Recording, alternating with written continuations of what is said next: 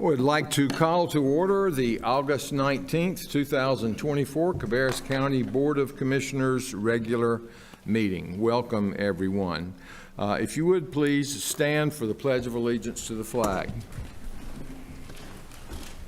I pledge allegiance to the flag of the United States of America and to the republic for which it stands, one nation, under God, indivisible, with liberty and justice for all. Amen. If you would please join me in a moment of silence for our invocation tonight.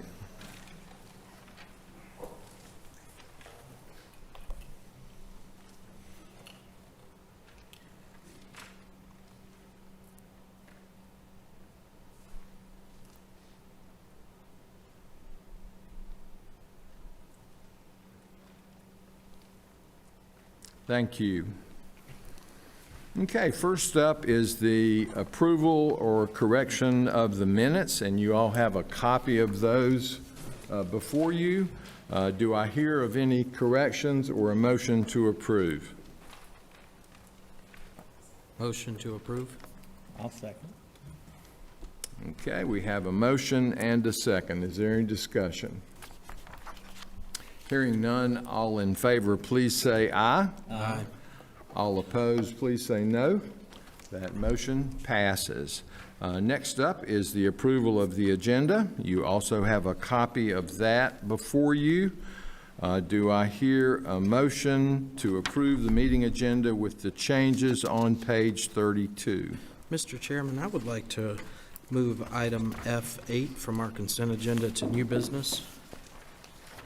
F8 to new business.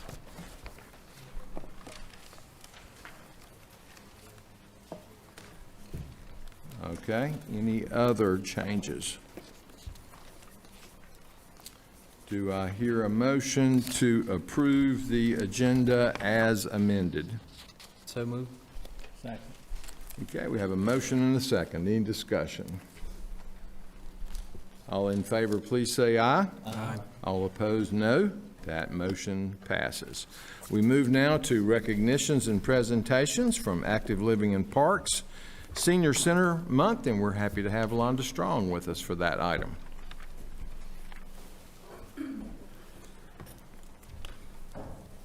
It's always my pleasure to be here and bring something for you all to look at and hopefully approve. And tonight is Senior Center Month, and the chair of our advisory council, Myra Bumgardner, is here to read the proclamation and give you some ideas of some things that are going on. Great. And thank you all for what you do.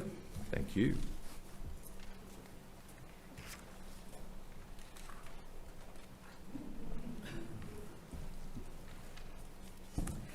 Before I start with the proclamation, I'm going to steal just a minute because I was sent on a mission. So while I had this microphone, I said, okay, I hear you. Today's world magnifies the blessings our great nation bestows upon each of us. And because of this, I feel we all have a huge responsibility to give back to our beloved community that we all call home. As a volunteer, it is so encouraging and empowering to feel listened to feel supported, and to feel appreciated. This board has done just that. You have made it obvious, crystal clear, that improving the quality of life for all Cabarrus County citizens was very important to you. And you've worked tirelessly to make that happen. So on behalf of a great group of hardworking seniors who could not be prouder to call Cabarrus County home, we say thank you, and we appreciate you. Thank you. Now, on to the proclamation. A little bit of clarification. I think senior centers, this is a national initiative. So they have kept it at senior centers, but I think communities across our country are re-looking and renaming their senior centers. We in Cabarrus County have accepted active living centers, which I personally love and endorse. But so it's different names, but same great place. Powering connections. Whereas older Americans are significant members of our society, investing their wisdom and experience to help enrich and strengthen our community. And whereas the Active Living and Parks Department has acted as a catalyst for mobilizing the creativity, energy, vitality, and commitment of the older residents of Cabarrus County. And whereas through the wide array of services, programs, and activities, Active Living Centers empower older citizens of Cabarrus County to contribute to their own health and well-being and the health and well-being of their fellow citizens of all ages. And whereas the Cabarrus County Board of Commissioners has recognized the growing population of the older residents and supported this through the development of a replacement active living center in Mount Pleasant and a new active living center in the Afton area. And whereas the active living centers in Cabarrus County affirm the dignity, self-worth, and independence of older persons by facilitating their decisions and actions, tapping their experiences, skills, and knowledge, and enabling their continued contributions to this community. Now, therefore, the Cabarrus County Board of Commissioners do hereby proclaim September 2024 National Senior Center Month and call upon all citizens to recognize the special contributions of the Senior Center participants and the special effort of the staff and volunteers who work every day to enhance the well-being of the older citizens of our community. And I have an invitation to all Cabarrus County citizens to come join in the fun at the Senior Center month of September. Things from puzzle competitions to dance-a-thons to indoor baseball games to apple harvest celebration. There's something for everybody. So encourage everybody to call the Senior Center, find something that sounds fun for you, and come enjoy. Thank you. Thank you, Myra. Okay, Commissioners, you've heard the proclamation that has been presented. Do I hear a motion to approve as presented? Okay, we have a motion and a second. Is there discussion? All in favor, please say aye. Aye. All opposed, no. That motion passes unanimously. Next, from DSS is Child Support Awareness Month proclamation, and we are happy to have Susan Dillon with us for that item. Good evening. I just want to take a minute before we do the proclamation to kind of let you see a video. We worked with our communications and outreach department to put together just a small little video to talk about our accomplishments for 2024, and we have a special guest, one of our custodial parents in the video as well.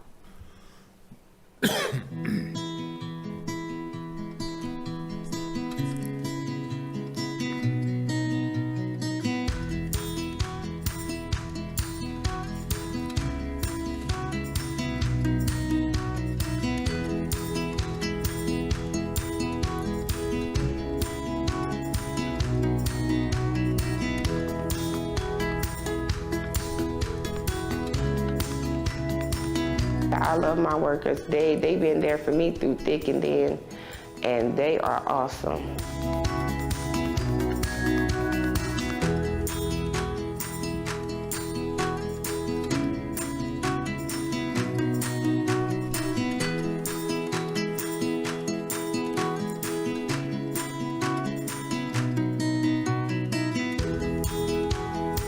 They reach out. Anytime I have a question and I don't understand paperwork, I reach out to them. They go over the paperwork for me. They explain the process of what's going to be the next step in what we have to do.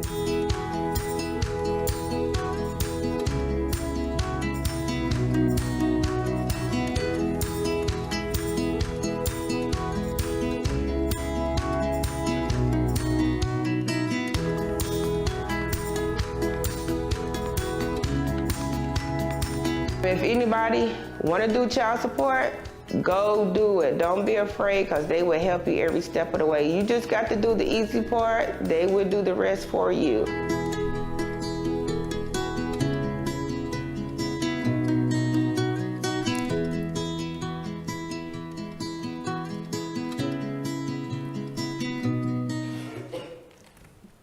And I'm just going to ask Ms. Sonia Tillman to come up. She's one of our child support agents. She's going to actually read the proclamation for us.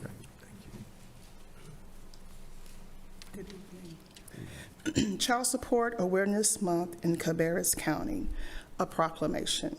Whereas children are entitled to financial support from their parents, and Cabarrus County continues to improve its efforts with child support collections, and whereas in SFY 2024, over $12.4 million in child support was collected from parents of children whose cases are managed by Cabarrus County Child Support Services. And whereas there are nearly 4,500 active child support cases in Cabarrus County, working to ensure that children receive financial support from their parents.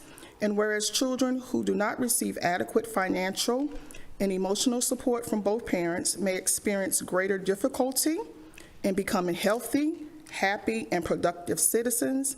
And whereas many concerned and dedicated judges, district attorneys, clerks of court, sheriff's personnel, and child support professionals work to establish and enforce child support orders for Cabarrus County's children and one of our state's most vital resources. Now, therefore, be it resolved that the Cabarrus County Board of Commissioners does hereby proclaim the month of August as Child Support Awareness Month in Cabarrus County, adopted this the 19th day of August 2024. Thank you, Sonia. Thank you. That's some pretty impressive statistics in the video. Thank you for sharing that with us. Okay, Commissioners, you've heard the proclamation. Do I hear a motion to adopt as presented? Make a motion, we approve the proclamation, Mr. Chairman. Okay, we have a motion and a second. Any discussion? All in favor, please say aye. Aye. All opposed, no. And that motion passes. Next up, also from DSS, is Economic Services Appreciation Month proclamation. We're happy to have Holly McCallum for that item. Thank you. Good evening, Chairman Morris and members of the board. My name is Holly McCallum, and I am honored to stand before you today in support and recognition of the outstanding staff at Cabarrus County DSS. You've heard about the great work from our child support team, led by Ms. Susan Dillon. We also have a number of agents in the audience as well who have stood here in support. But now I have the opportunity to recognize another group of staff, our economic services staff, who work tirelessly to provide economic services and support to children and families in our community. So, in recognition of their hard work and efforts in our community, I am honored to read this proclamation on their behalf. Economic Services Appreciation Month in Cabarrus County. Whereas individuals, families, children are entitled to public assistance, services, support that they may be eligible for, and whereas Food and Nutrition Services is a USDA federal assistance program that provides low-income families the food they need for a nutritionally adequate diet, and whereas Cabarrus County F&S eligibility staff have assisted in providing food benefit allotments to address food insecurity in FY24 in the amount of $48,242,000.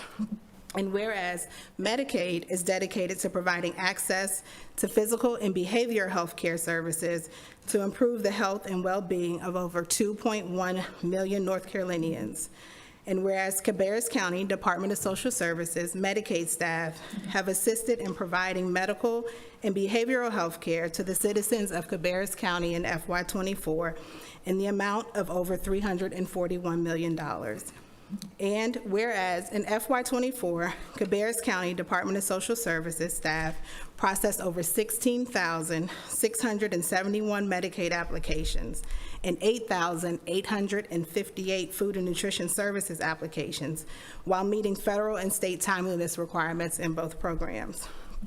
And whereas there are currently 54,130 active Medicaid recipients and a little over 23,000 active food and nutrition service recipients in Cabarrus County. And whereas economic services staff in Cabarrus County work tirelessly to ensure that individuals, families, and children receive access to medical care and financial support for food and nutrition services. And now, therefore, be it resolved that the Cabarrus County Board of Commissioners does hereby proclaim the month of August as Economic Services Appreciation Month in Cabarrus County. Thank you. Thank you. Commissioners, you've heard the proclamation. Do I hear a motion to approve as presented? Okay, we have a motion and a second. Any discussion? Mr. Chairman, I have a question. I'm not sure who could answer this question, but 54,133 active Medicaid recipients in Cabarrus County. Is that typical for a county our size, or is that high, low? Maybe you may or may not know that. So typical compared to other counties of our size, I don't know that off the top of my head, but happy to provide that information. But that number has increased since the Medicaid expansion. And so that compared to how others have increased under Medicaid expansion, I'm not exactly sure of those numbers. Yeah, I know that whenever they approved the Medicaid expansion, that did give us quite a few more people than we had. But it seems to me like, we're a county of 241,000 thereabout. Almost 25% of them are Medicaid recipients. So that's a little bit alarming to me. But anyway, thank you for your proclamation. No problem, and but your I'll time. follow up with the response Yes. as well. Great, thank you. Okay, we do have a motion and a second. Yes. So any other discussion? All in favor, please say aye. All opposed, no. That motion passes. We move now to informal public comments, and I do not have the yellow cards. Great, thank you. Okay, I think that probably you all have seen the rules as far as public comments. As I mentioned at the last meeting, please maintain decorum in the audience, no cheering, clapping, or booing, primarily out of respect for the people that are watching the live stream, as well as the recording that's being made. So if you could maintain order in the audience, that makes it easier for everyone to be able to hear. So our first card is from Jeter Anderson.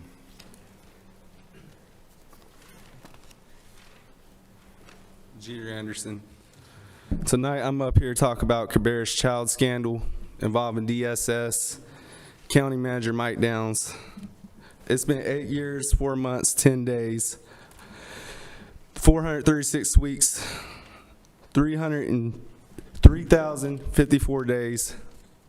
It's been 4,397,760 minutes, and I still don't have an answer. And I'm going to get my answer because I'm not like one of you, like Lynn Shue, who can't get an answer for us. So I'm going to get my answer. I don't know how I'm going to get it, but I'm going to get it because I need to know why our child was taken, just taken. And my mentally ill sister just... There's a flow chart. DSS is a reporting agency. We got the police, we got the sheriffs, and you can call DSS to report your kids or somebody's kids. You know what they need to do? They need to stop reporting and just make an agency to help. That way it'll be less confusing. Now every time you go through DSS, you're probably getting reported and your family's gonna get destroyed because you're not gonna get a lawyer, and these guys ain't gonna listen to you. They just gonna watch you hurt up here. They just gonna watch your pain, and they know what they did. They know who Christy Wilhelm is. And that's a judge that works really tight with the prosecutor, with his DSS prosecutor, Jay White. And with them two duos, they're gonna get your kid. They're going to get your kid because Gordon Belo or Cynthia Everson or any of them free lawyers over there, they're not going to show up to help you get your kid. You're never going to see your kid again. And so we never see this kid again. We don't even know why she was taken. And Lisa Colley, with your head of DSS in North Carolina, man, she needs to be gone for letting you sit up here and not be transparent with people. How can you not be transparent? Somebody died. And with the evidence I have, it suggests you intentionally did it. Did you intentionally hurt this girl? She was vulnerable. You're not going to do anything to me because I'll speak over you. But her, she didn't speak. She couldn't speak. So you took advantage of her. You and Jay White. And you gonna sit up there and just watch me come up here. I'm gonna get my answer, man. I don't know how I'm gonna get it, but I'm gonna get it. And you owe it to me. You owe me that answer. Why'd you take our child? I'm not like Lynn Shue. Lynn, what kind of person are you not to get an answer, not to even care? You didn't even care about this. You just let me sit there before you even asked. Took you a year. Took you a year. I bet you saw no action when you was in the military. Why was you even in it? For military purpose only? For the purpose of looking? Ask a question, get an answer, man. We've been 8 years. 8 years. Why was this child taken? And the head of DSS sits up here and does nothing. Does nothing. Locks his door. Okay, our next card is from Jerry Anderson.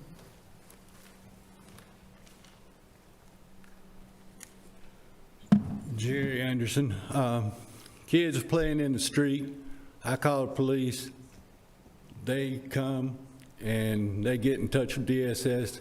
DSS takes appropriate action. That's how it's supposed to work.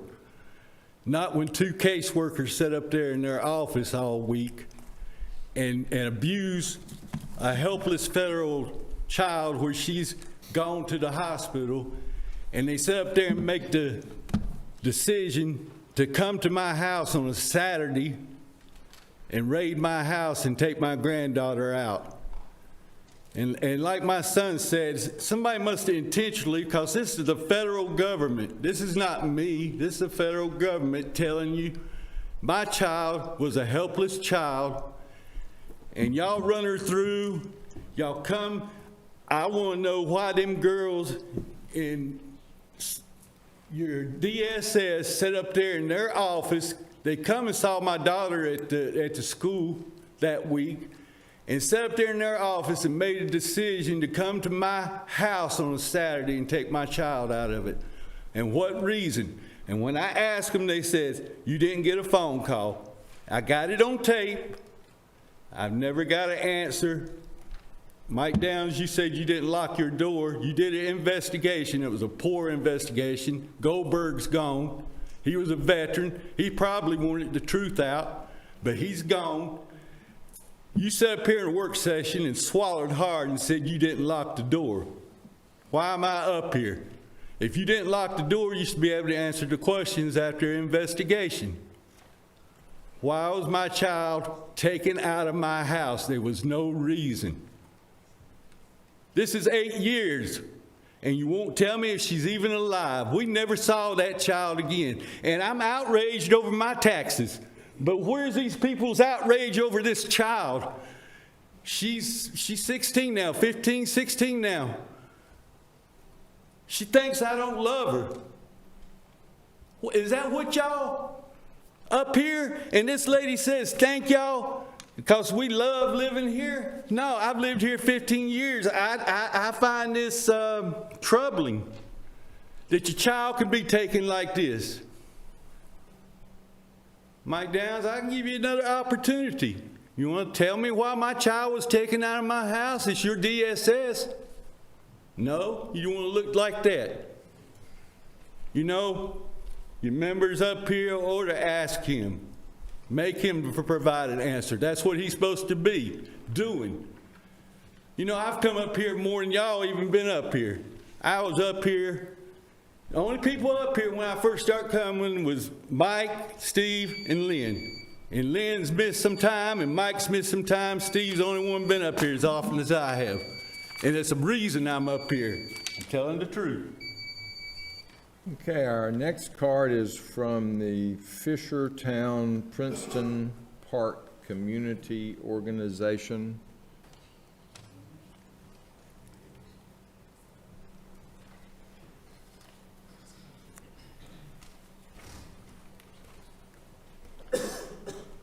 If you would state your name, please, since it wasn't on your card. I'm sorry. My name is Taranda Miller, and I'm here representing the Fishertown Princeton Park Community Organization. We have a few people scattered out in the audience. If you would stand. Yeah, stand.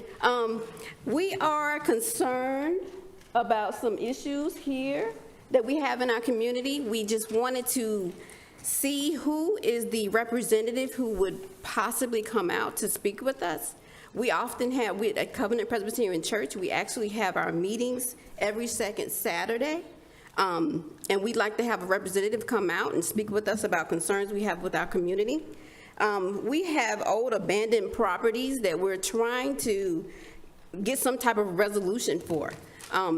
These abandoned houses have overgrown properties. They have rodents who are attracting snakes, and you know, just a community that a historically black community that we've been living in and trying to actually just try to maintain and try to see if we can have any type of help with knowing who do we contact so that we can get some concerns addressed. We're in an area where Kannapolis City is kind of growing up all the way around us. We're kind of almost like saying a donut hole. And we just want to know what correlation do we have with that development and our rundown community streets, and just needing stuff paved and making sure that we have adequate representation for the taxes that we still pay. So just wanted to see if there's anyone who we formally request to have come join us for our meeting and just hear our concerns. Okay. And we will have somebody contact you at the phone number on your card. There. Okay, our next card is from Rich Wise.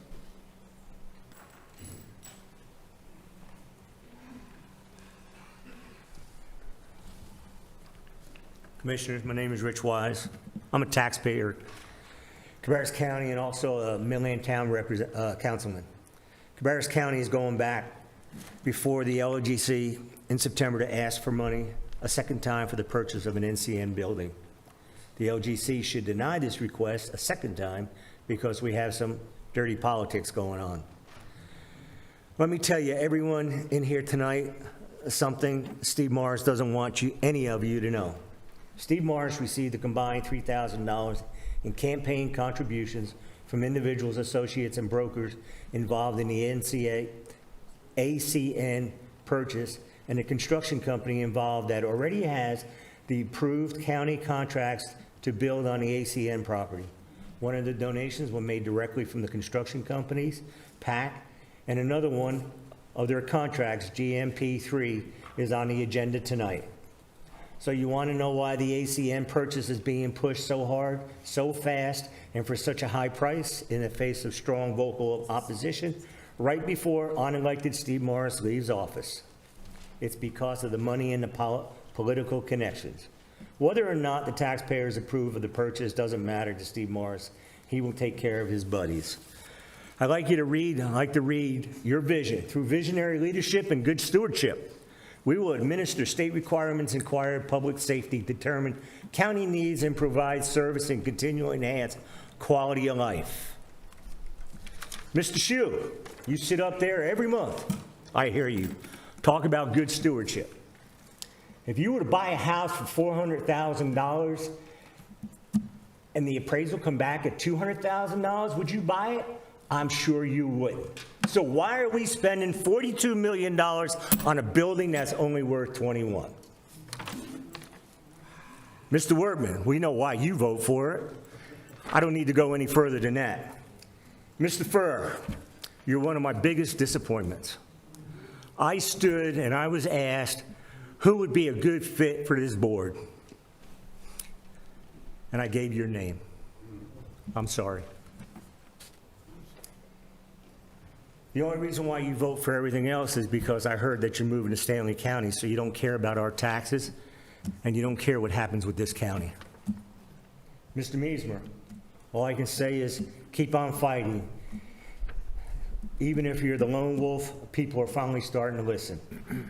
Mr. Morris, we talked when you first got elected, and I thought maybe we had someone good here. And back then, we did. And then you got greedy. The last rumor that you like to tell people why you didn't get reelected was because of me. When you go home tonight, look in your mirror. It's you. I'm sure hope the stewards don't mind running a personal finance. Okay, our next card is from Laura Blackwell Lindsay.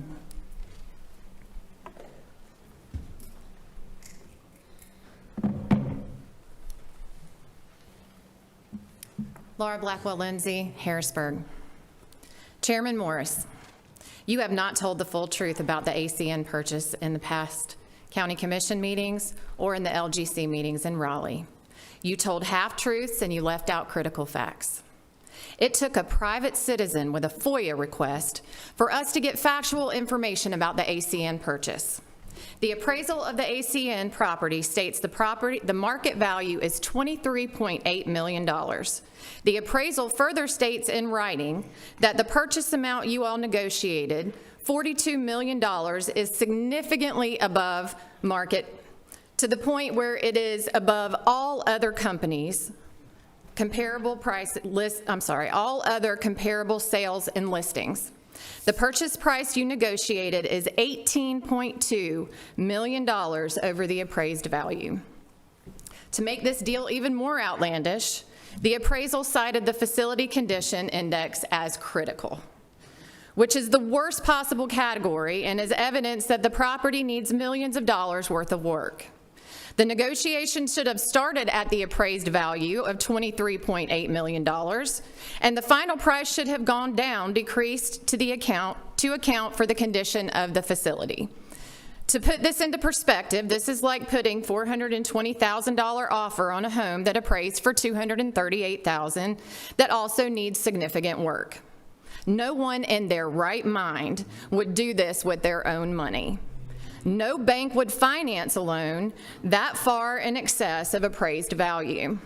It's just simply a bad deal. But instead, you executed a contract for $18.2 million more than the appraised value of the property. This is completely outlandish. Whoever negotiated this purchase price needs to be fired. The LGC needs to vote no on this purchase. Tim, Kenny, did the county staff give you a copy of the appraisal to review before it was requested by the citizen and put on Facebook? Have either of you read the appraisal? Hundreds of citizens are opposed to this horrible deal. You two need to put your foot down and say no to this. Thank you. Okay, our next card is from Brittany Evans. Okay. We have an overflow group coming, and she is in that group.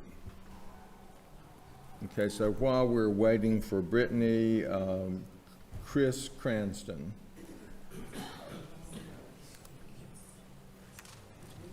I guess I'll start out. Thank you, guys. All the speakers, thank you. It's my time. Hello, my name is Chris Cranston, a Concord resident. Good evening to all Cabarrus County citizens, and a special hello to those against unnecessary, overburdensome tax hikes. Good evening to our county representatives as well. I will start by saying I do not feel represented in these chambers. I don't even feel welcome here. I don't feel welcome in We the People's building. Let that sink in. I suppose it's a good time to thank my Lord and Savior who created me to care not about government's feelings. Thank you, Lord. What he has filled my spirit with is concern, a deep concern about our county's overall health. I'm not only concerned for her health today or for any one commissioner's term. We citizens that take the time out of our busy lives to be here are concerned for our children's futures and their children's. In the United States of America in the year 2020, the average income needed to buy and maintain a home was almost exactly $50,000. In less than 4 short years, it's gone to $108,000. This is obviously unsustainable, and we, the people of Cabarrus County, are desperate for responsible, fiscally conservative representation to help us locally. I'm confused on why we are paying our planner, our manager, $250,000 a year to then see we spend $60,000 on a master plan for the ACN. Mr. Downs, I hope we will get substantive answers when we receive our FOIA request to see what and where that $60K went. I hope somehow we decide that we've been wrong, that David Thrift and the independent appraiser were also wrong. And you guys told us ad nauseum the tax appraiser had to be 100% of market value. Nonsense. Just say what you want and do another thing. You are all bent on paying more than double. $42 million. It's clear you are ignoring us all. Why? Possibly needs another investigation. Reckless and careless at best, criminal at worst. We know you will also spend another $20 million of our dollars to improve the building you just overpaid double the sticker value for. None of this adds up. The things this commission will spend our money on almost has no limits. I'm starting to wonder whose vape pens we should be testing. I had to sit here and watch you vote to give away tax dollars to corporations that openly stated the deal would go through without. That will resonate with me until you're all gone that vote for that. It's nonsense. The dismissal of any noticeable concern for the family unit is so very alarming, I actually lose sleep over it. Before I close, I'd like to ask, may I use the landfill that I pay taxes on? We get 0 bags after I drive my trash there of 25-minute one way, and then to add insult to injury, my U.S. tax dollars are refused. My U.S. notes, my dollars from the government are refused. Can we make a rule or a law that government entities must accept government notes? Folks, go on Facebook, join our group. We will share the answers as we get them. Together, we can do so much better.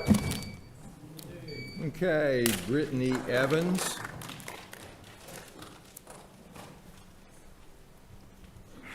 Hi, Brittany Evans. So it takes an accounting degree to track money on the Cabarrus website, so bear with me if these numbers are a little off. According to the website, the county holds $286 million in debt plus $80 million in interest. Now, $186 million of that debt isn't even funded because in June, the LGC refused to continue approved funding due to the egregious accounting practices of the county. Next month, as I understand it, you plan to go back before the LGC without a new plan, hoping to get this previous debt funded, plus an additional $64 million for a total of $350 million in debt. What happens if the LGC refuses a vote again? This money covers the cost of the existing courthouse. Does the county get sued by the GC? We lose funding from elsewhere, and property taxes go up again next year? We also see that this is funding for 2 new elementary schools. Did you tell parents before you uprooted their children that you have no funding in place for their new schools? How and when will you build them if the funding falls through? The LGC implied that this is one of the poorest financially managed counties in the state, and the more I try to sort through this, the more I tend to agree. Will you implement resident-voted bonds on capital improvement projects, or continue the unchecked high-interest debt, if you can get it? Thank you. Okay, our next card is from Larry Pittman.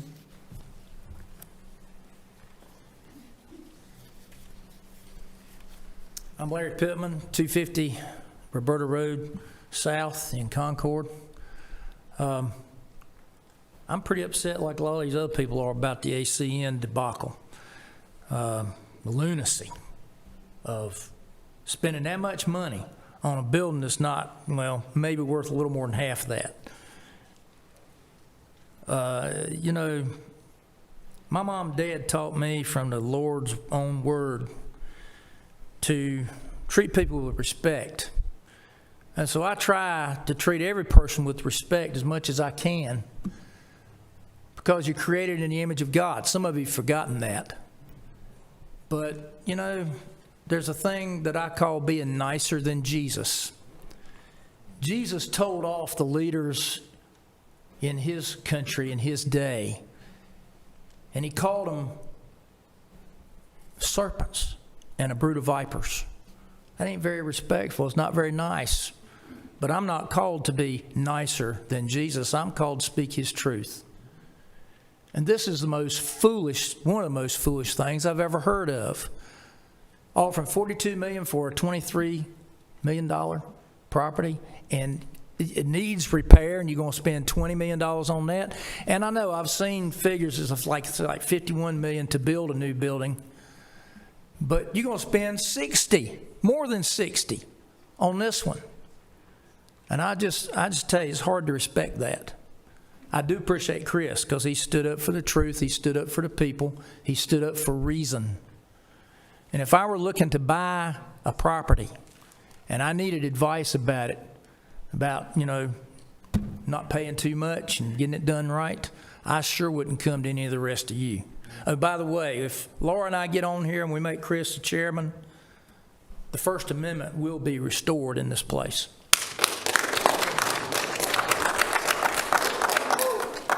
Okay, our next card is from Marie Tucker. Good evening, County Commissioners. I'll be nice. My name is Marie Tucker. I am a real estate broker, and I'm inactive right now. I've done many, many evaluations on properties. I live in New York, New Jersey, South Carolina, and North Carolina, so I get a good overall picture of everything. The people in New Jersey right now are suffering. They're moving out by the droves because they can't afford the taxes anymore. And the senior residents are getting upset. Guess where they're coming? Concord, North Carolina. They're going to Georgia, and this is what I don't want to see here. Why I'm saying this is because a lot of people complaining. This is a 9% inflation period right now. People can't even put food on the table. I have families that work hard, they can't even take a vacation. So when they got the bill for the tax increase, that's like, oh my God, I can't do this. So now I was supposed to retire, but I have to take a part-time job. I'm a CMA. I do insurance exams for people. I go to different homes. And I do that because it does help me with extra money. My children also, my son's a U.S. police, New Jersey police officer hired by the state. And my daughter's a CPA in Charlotte. So they help out. But a lot of people don't have that kind of support. You see what I'm talking about? So what I'm saying is, take a good look at the picture of the inflation before making such high evaluations, because I know certain things in evaluation too, like if you have a cracked sidewalk or something, or a cracked driveway, they take off. HVAC units, they would take, you know, extra off if it's old. But it's just you did a flat thing and just the whole neighborhoods. And the evaluations are a little bit off on some, and I would ask you to please be patient for the next one till you see what the inflation is going to be, because that's what's killing us. And the rents have gone up, interest rates have gone up, people can't even buy anything. And you know definitely that a lot of the government has something to do with this, but the point is there's a lot of people suffering here. So please try to concern yourself. And this, you know, you have a great town, great police force, sheriff department, you've got good seniors, things here, and it's a very nice town, so I would like to keep it that way also. And thank you very much. Okay, our next card is from Wesley Honeycutt.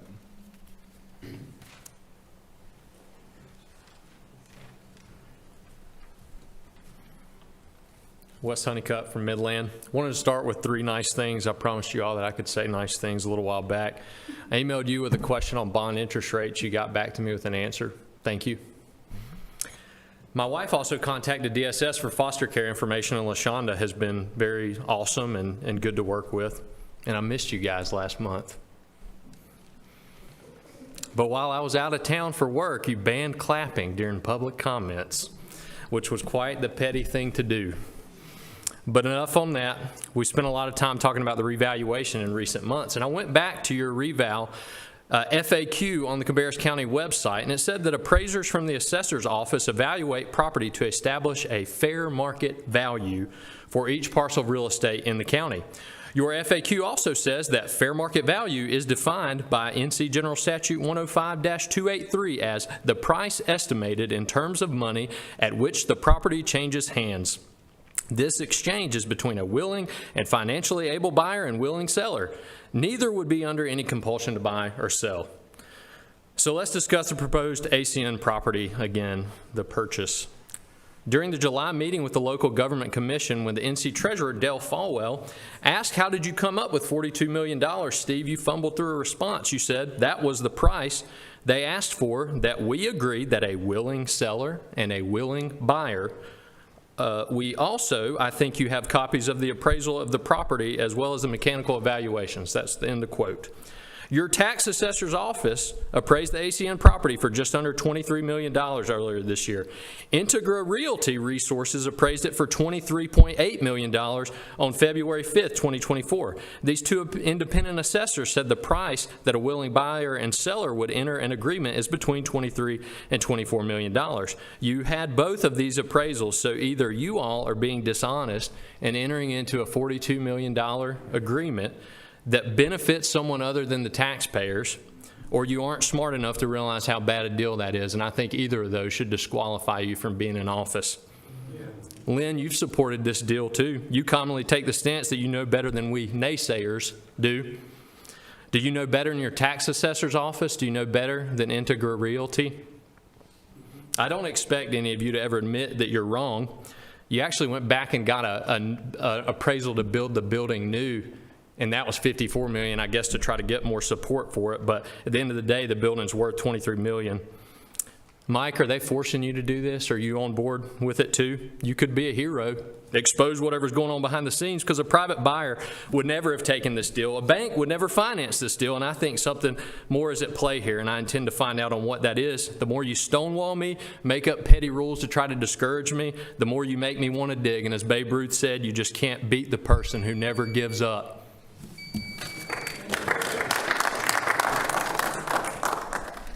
Okay, our next card is from Stephen Bullock.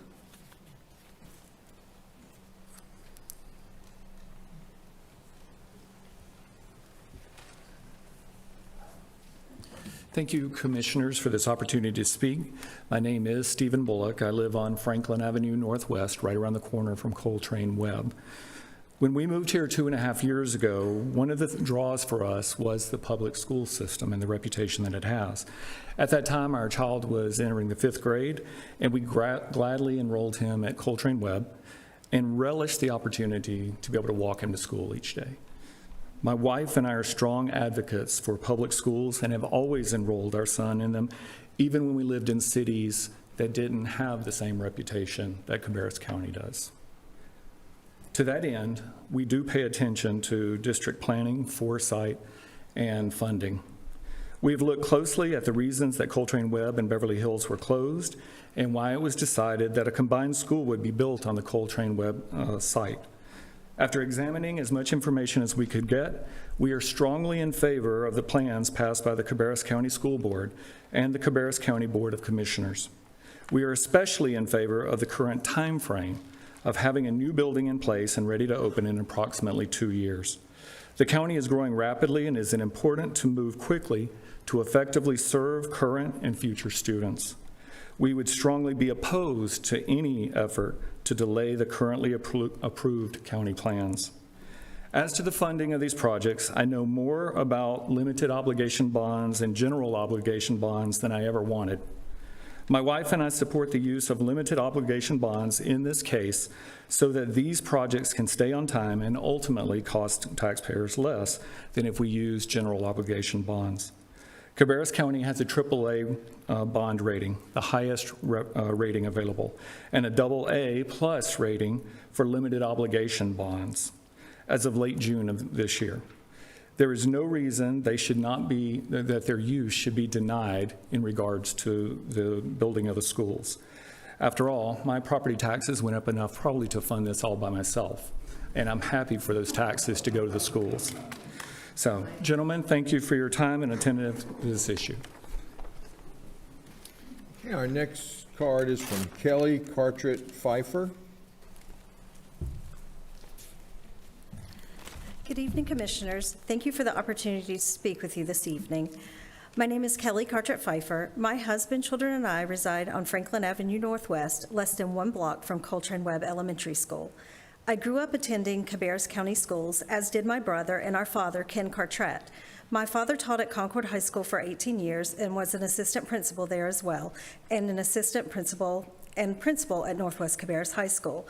Our love for Cabarrus County and its school system runs deep. After college, I moved away for a while, but longed to raise our family in my hometown of Concord. One of the deciding factors for us when choosing our home was its proximity to Coltrane Webb Elementary School and to ensure a quality public education for our children. We found exactly what we were looking for in Coltrane Webb. Our youngest son graduated from Coltrane Webb in May, and our youngest daughter is a 5th grader at Coltrane Webb this year in the old R. Brown McAllister building. Although not an ideal location because of the poor condition of the school, we understand sacrifices must be made in order to rebuild a brand-new Coltrane Webb for its current students as well as our friends from Beverly Hills. We were excited about the promise of a much-needed new school for our community, but our excitement turned to disappointment when we recently learned that the demo and rebuild of our new school came to a halt.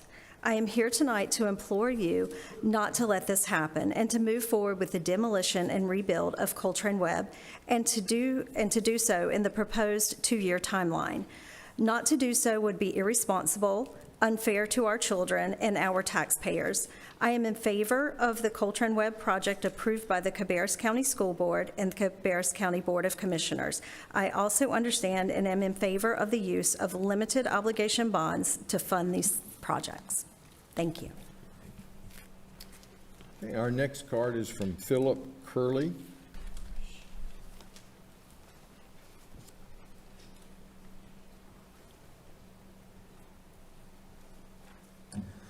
Good evening, Commissioners and County staff. My name is Philip. I'm a resident on Franklin Avenue as well in the city of Concord, and I want to express my support for the adopted county budget, and I want to express support for the funding mechanisms put forward specifically for the Cabarrus County Schools capital projects. My wife and I are both alumni of North Carolina Public School Systems. We have 2 small children, and when they enter kindergarten, we intend to enroll them in Cabarrus County schools. We feel lucky that this county school system is one of the best in the state. We also live in the Coltrane Webb Elementary School District, a school directly affected by your budget. Our family has followed the process taken by the school board. We've seen it ourselves, heard from school staff and board members the number of growing needs to keep our public schools operating safely and effectively. When the commissioners voted for a fiscal year 2025 budget that included funding for a number of CCS capital projects, I was encouraged. It signaled the county supports public schools and understands the needs of a growing school system with aging infrastructure. The FY25 budget addresses many needs across the entire county, which will benefit thousands of students and families, including my own. I support Cabarrus County pursuing their current funding path, using limited obligation bonds as they have done many times in the past. We cannot wait to start these projects. Cabarrus County is among the fastest growing counties in the state. The longer we wait to begin these projects, the more expensive they will be down the road. It will never get cheaper to wait, and families want to live in our great county. Furthermore, Coltrane Webb Elementary School is at risk of closure. It's an old facility with too many modular units. Any delays disrupt current and future families in our area. The benefits of attending a community school would be lost. It also disrupts families who choose this school for its STEM program. Access to an excellent program choice school would also be lost. I want the board and county staff to continue their strong commitment to our county schools. You've listened to the school board, but there's still work to do. Obtain the funding and put our county on a predictable path so our communities can thrive. Thank you. Yeah, our next card is from Kelly McCarthy.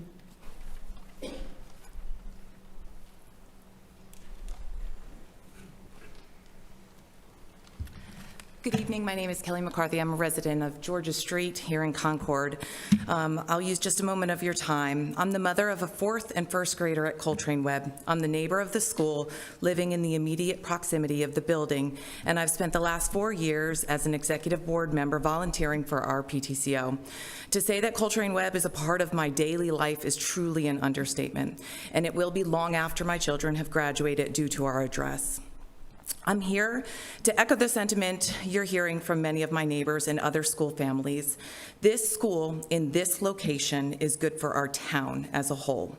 Its location gives many in our district the ability to walk or bike to school, their families easy access to the building for events, and our neighbors an idyllic setting helping their home values in more ways than one. I'm sure that I'm not the only one who has heard visitors describe our area as an after-school special or the wonder years. It's true. The kids riding their bikes around, families playing at the park, the constant interactions between family members and community members as people from all over the town come to visit students for our lunch program. You do not get this everywhere, so I will say it again. This school in this location, as soon as possible, is good for our entire town. We're standing up here without enough information about what exactly is happening regarding the funding and rebuilding of our school. I do believe that you all make the decisions you think are best for the collective group you serve. I'm asking that you also please make these decisions in a timely manner. This needs to happen now. Each delay keeps the students in limbo. It keeps these children and teachers in a facility that is not suitable or large enough for long-term occupancy. It creates uncertainty about the prolonged, controversial construction project, just as our town is now seeing the conclusion of its last long construction project.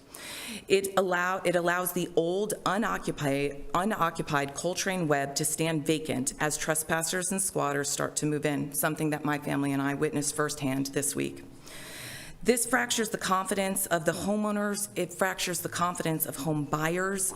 We need your transparency. We will support this happening on the time frame that's already been set into place, helping these students get back into their facility on their property as soon as possible.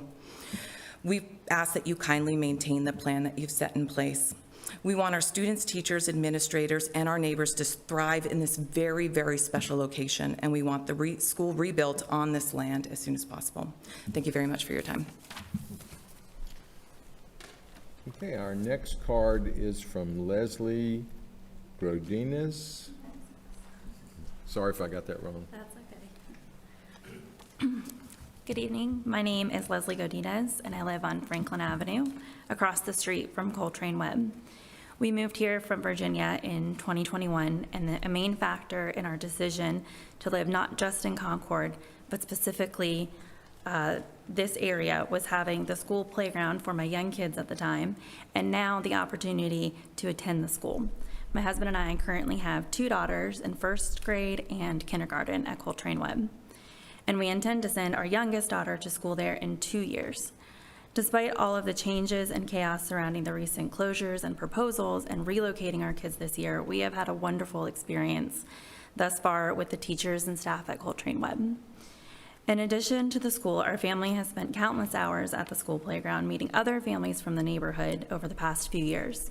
Our walks to and from school last year were the time of community engagement, and coincidentally was when I first learned of the changes that were in store for our school.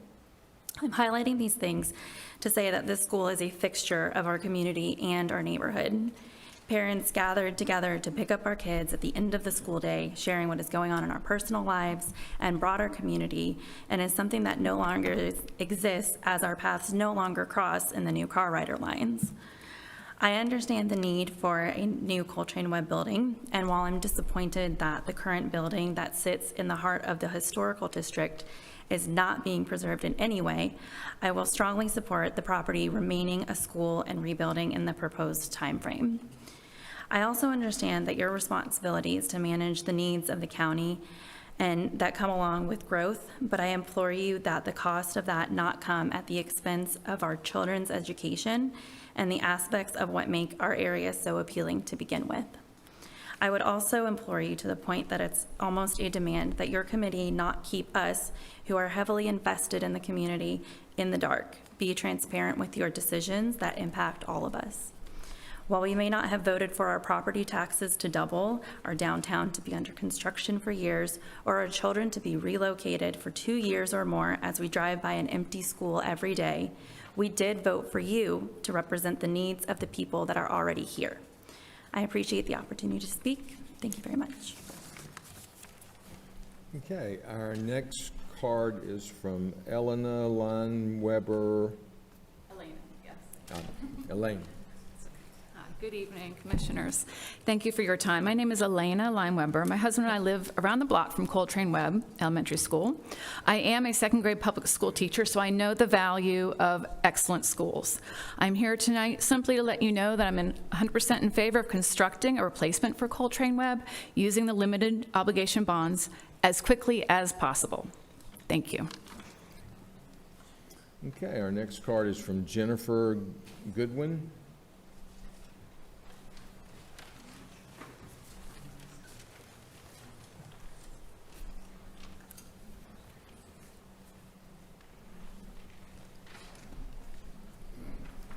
Hello. My name is Jennifer Goodwin. I live on Union Street North in the neighborhood affected by the Coltrane Webb Beverly Hills School Project. We are resolutely in favor of the Coltrane Webb plans passed in the Cabarrus County School Board and the Cabarrus County Board of Commissioners, including the current time frame of having a new building in place and ready in approximately 2 years.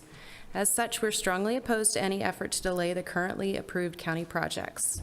We have read and understand the budget and the funding model of the county commissioners are using, and we approve it. We request that the county and the state recognize the urgency of getting the replacement school built to best serve currently displaced students as well as future students in our rapidly growing county. Thank you for your time. Okay, our next card is from Will Staton.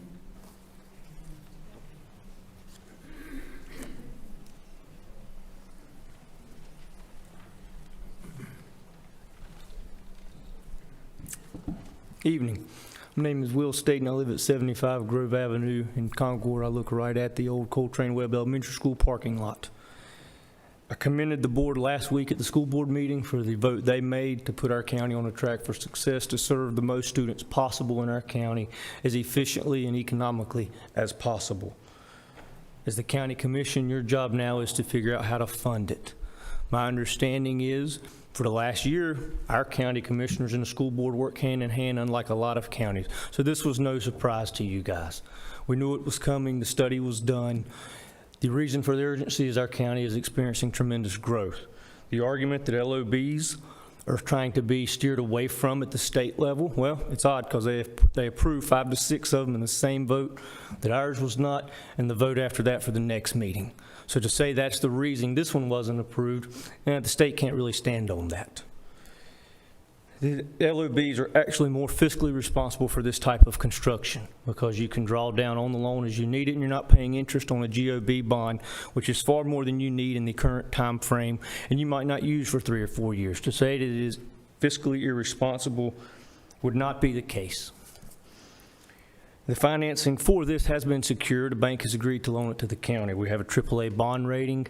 Our county is fiscally sound. The debt we had on the books in 2014 is pretty much the same now in 2024. That's 10 years later after we've experienced tremendous growth. The tax increase from the recent property valuation, yes, sure, nobody wants to pay more taxes. However, if you tell me it's going for the education of our students, which is in turn the future of our county, I'm all for it. So to tie this in with what folks have talked about tonight with an ACN building purchase or whatnot, that can be your guys' decision on how you want to tackle each issue differently. But to put the schools as collateral damage and to put kids at the old R. Brown McAllister School for longer than 2 years is irresponsible to the children. Take the adults out of it. Kids are being used as political pawns at this point. And that's why I'm speaking here tonight, because it's BS. So I urge you to move forward with the funding, be it through the LOB or if the county's got to finance it independently on its own. That is not fiscally irresponsible. That is looking out for the future of this county and keeps future people wanting to move here, because that's why I live here, is for the education of our child. So I urge you to move forward with the building of the Coltrane Webb. Double the size, not ideal, but you can't put a community school in every community in the county. That's fiscally irresponsible also. So I urge you to move forward with the plan that's been discussed and laid out. Thank you. Our next card is from Jim Quick.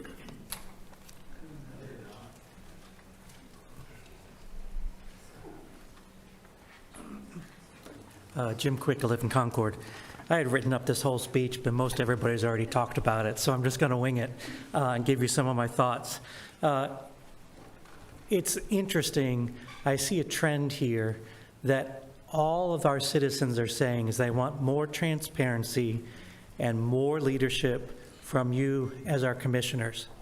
I was thinking, you know, when 85 was widened, the state came to us, I think it was 15 years ahead of time, and said, this is the way the exit ramp is going to go. These houses might be eliminated. They gave citizens an opportunity 2 or 3 times to come in on these big maps, to provide feedback, to be able to say, this is what we're doing, this is where the road is going. And that's what our citizens are asking of Cabarrus County. For the last 2 years, we've heard parents from Beverly Hills very upset about their school, and now we've got parents from Coltrane Webb very upset about this issue. We've got this issue about ACN. I don't think anybody here thinks that our Cabarrus County employees deserve a bad facility. But from the comments, I think we're paying $10 a square foot right now up at the Kmart building in Kannapolis.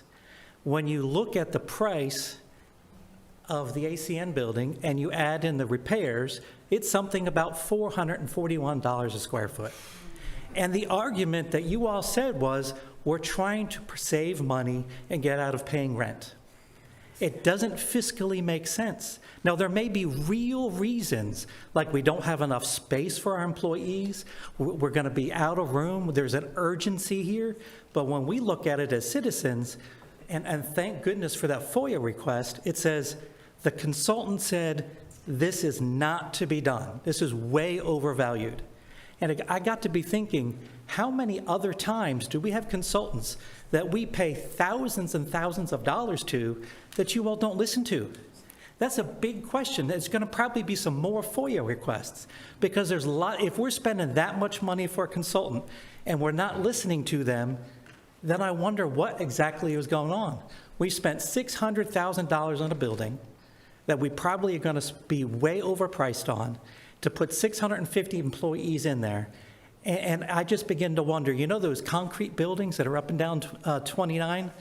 They cost, my calculation, something about $187 a square foot. We just built an elementary school and spent $41 million. That's 117,000 square feet. And that building only cost us $350. And it's brand new with all that technology and all the sophistication of an elementary school.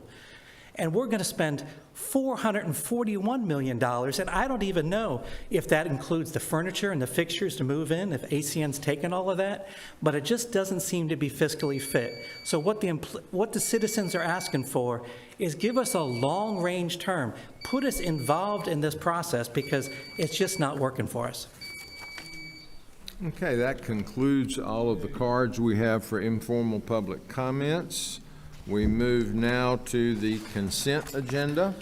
I would like to make a couple of comments before the folks from Coltrane Webb community leave. I would like to clear up a couple of things. So I think that this board, and I don't want to speak for everyone here, but this board has wanted to move forward with that Coltrane Webb replacement school.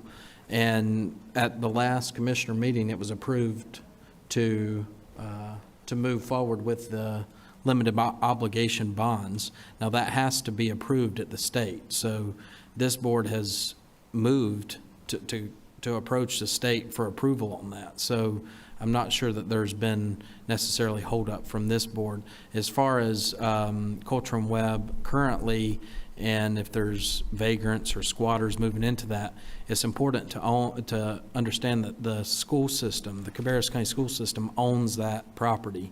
Cabarrus County, this board, Cabarrus County government does not own that. So the Cabarrus County school system owns that property, and they would be the ones that would be securing that and deciding what to do until this funding avenues are worked out. So as I said, this board at the last meeting moved forward with going to the state for the funding for that school. So I just wanted to clear up some some of that information for transparency. Okay, any other comments before we move on? Okay, next up is the consent agenda. All of the items that are listed here are ones that we discussed at our work session 2 weeks ago. We have removed one item, F8, and moved it to new business. Do I hear a motion to approve the consent agenda with that one change? Okay, we have a motion and a second. Any discussion? All in favor, please say aye. Aye. All opposed, no. That motion passes. We move now to new business. First up is Concord Library Temporary Access Easement, and Kelly Sifford will talk with us about that one. Thank you. Jason, can you pull up that? So the City of Concord has approached us about a temporary access. It will, as proposed, go through an attorney's property at the corner of Grove, through the bank property, and then through the lower half of our parking lot so that people can access the parking deck. Our front entrance will be closed while they do the work on Union Street.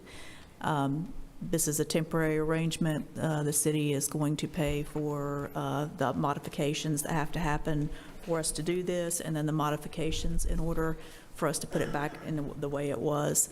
We will be working with staff.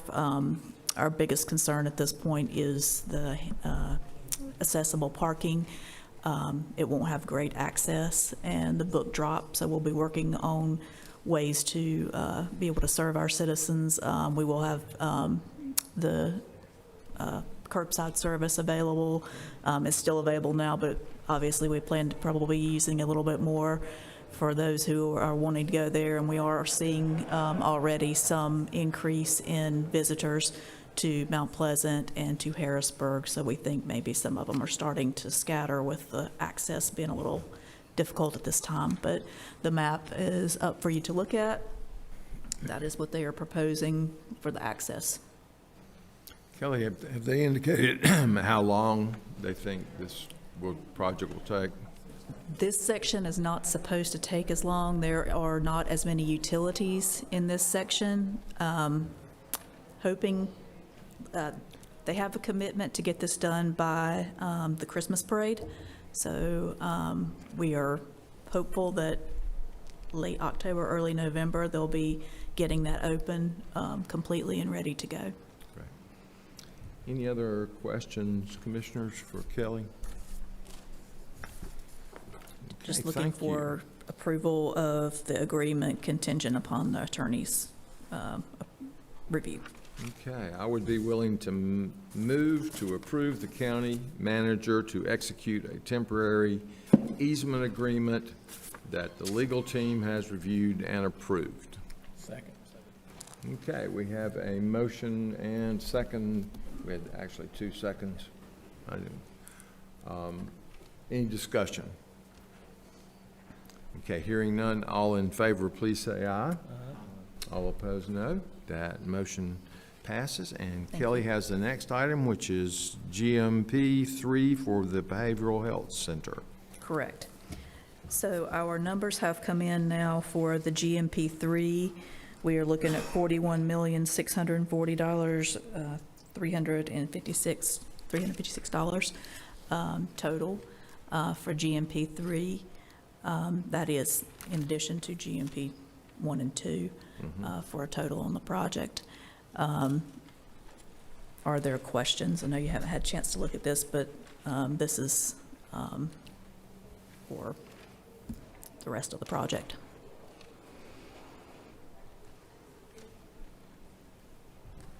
Okay, and I think that this is coming at this time because the original financing, which was part of the draw program with the local government commission, that now is they have requested traditional financing. We have to have all of these contracts in place. Correct. Correct. In order to present to them the total package. So that's the reason we're doing this a little bit differently. And this is proposed contingent upon their approval, so we have the contract in place, ready to go, once the funding is in place. So this should satisfy their needs to see the pricing and our need not to sign a contract until we have funding in place. Right. Okay, questions for Kelly? So is this, so I understand, clearly, and it says in our agenda packet that this will be going before the LGC, and obviously they have to see this information. However, this is still being proposed for the ACN property. Is that correct? At this time, the package that is supposed to be going before the LGC in September would include the ACN purchase, the behavioral health, the remainder of the funding for that project that's not funded, the part that's not funded through the state, and the renovations. So that would be one package. Okay. And so has there been, and Mike, I'm going to ask you these questions. Has there been any discussion with the LGC regarding moving forward with a project like this whenever we don't already own the property? Has there been any more discussions with the LGC related to the purchase of the ACN building? You might want to turn your microphone on. Oh, yeah, thank you. Is that on? Yeah, okay, yep, sorry about that. Yeah, we've had conversations with them. In fact, we were supposed to have a meeting with the staff Friday, and they called to cancel that meeting or postpone it without a reason, so we're waiting on them to get back with us. Okay. Yeah. And so I wanted to ask you specifically, we've heard it talked about in public comment, but also as well, I have been reviewing that appraisal from the ACN building. So I wanted to ask you, did you review that document? I did. Whenever it was completed? Okay. And so what was your thoughts about that whenever you reviewed the appraisal? Well, in the review, yeah, the amount was low. Therefore, we were looking for other options to, okay, if it's not the ACN building, do we build our own? And then what was it going to cost to build our own? So that's what the second review was for, is to go out and have somebody evaluate if we were to go out and build our own. And then to build our own, very similar to that, in square footage and that type of thing, and that level of a building. So that's why we had the second survey, or the second document prepared. When you say the second document, you're talking about the replacement? The replacement cost, yes. Okay. Yes, sir. And so typically in a real estate transaction, if you're going out to purchase a home, or if it's a commercial piece of property, generally a real estate transaction would be based upon an appraisal, not a replacement cost. Because if I have a home that was built in, let's say, 1980s, and it's not been updated, or in this case, the buildings, I think, was built in the 90s, if it's not been maintained as shown in this appraisal, if it's not been maintained, then why would we purchase a building based upon the replacement cost is a brand-new building sitting there? So in any real estate transaction, like I said, if I have a home that was built in the 90s that's not been updated, I'm not going to be able to sell it for the price of it as if it was brand-new replacement sitting there. It's going to be sold based upon what it was appraised at. So did you have any concerns about the appraisal? We did have conversations about that, and then the appraisal came back, and Kelly, you may have to help me on this, but the manner of the appraisal was looking at a building that would typically be a leased building or leased office space versus us being full-time occupants of it. So therefore, we thought that the building, the value that was established there was a bit skewed from what we were looking for. So you felt comfortable with the appraisal? We felt Whenever comfortable it- with the appraisal as written, but we went back and talked, Kelly went back and talked to the appraisers as well and others, but again, that appraisal was based on a depressed market value, or a depressed market for office space. Which is Therefore, still, the value was down. which is still kind of the case now. I mean, it's not, I mean, we're talking half the value. And so I feel like, as our advisor, you're this board's advisor, I feel like there should have been some red flags going up whenever the appraisal came back at half of what we were wanting to purchase in. And then, in addition to that, putting $20 million into the building as well. So we're talking almost $70 million for something that's appraised for 23, and that's with the extra land. Again, we talked to the appraiser. It was based on their formulas for office and the ability to lease. And in a depressed market at this time, there's not many businesses or individuals out there looking to lease office space of that county. So therefore, the value, my understanding, I'm not an appraiser, so, but my understanding was that's what kept the value of it fairly low. And so we said, okay, if we don't go with this building, what do? We looked around the county for a similar building, and there were no similar buildings there. So it looks okay, so do we build one, does the county build one themselves? And therefore, that's when we went back and had the other study done. Okay, and so once the appraisal was complete, I understand there was an inspection on the building, is that correct? Because I've not seen that document. Kelly, yeah. It seems like the county paid $108,000 for an inspection. Yes, it was a facility condition assessment. I will say, the building itself, there's not a lot of things, there's not much that would prevent us from moving in and using it today. The ADA accessibility would have to be addressed for us. As owners of a public building, we would have to address that. There are some issues with turnaround space and that kind of thing in the bathrooms. The facility, if you go in it today, the heating and air works. All of this is end of life. So we were making plans to be able to go ahead and address some of these issues before they went out when you were in the building and had to deal with it immediately. So it was kind of a proactive approach. We selected, I believe it was the first 3 years of the deferred maintenance schedule that was laid out for us. They laid out a 8 or 10 year schedule. I can't remember off the top of my head right now, but it was 8 or 10 year schedule. What we could do each year or what should be done each year. In an effort not to cause a lot of disruption, we did say, okay, the first 3 years, let's try to bite off what we can there so that when we move people in, we aren't moving people back in and out trying to deal with things. Okay. So it seems like, before, with all the deferred maintenance, that would be used as a negotiating tool for our purchase price.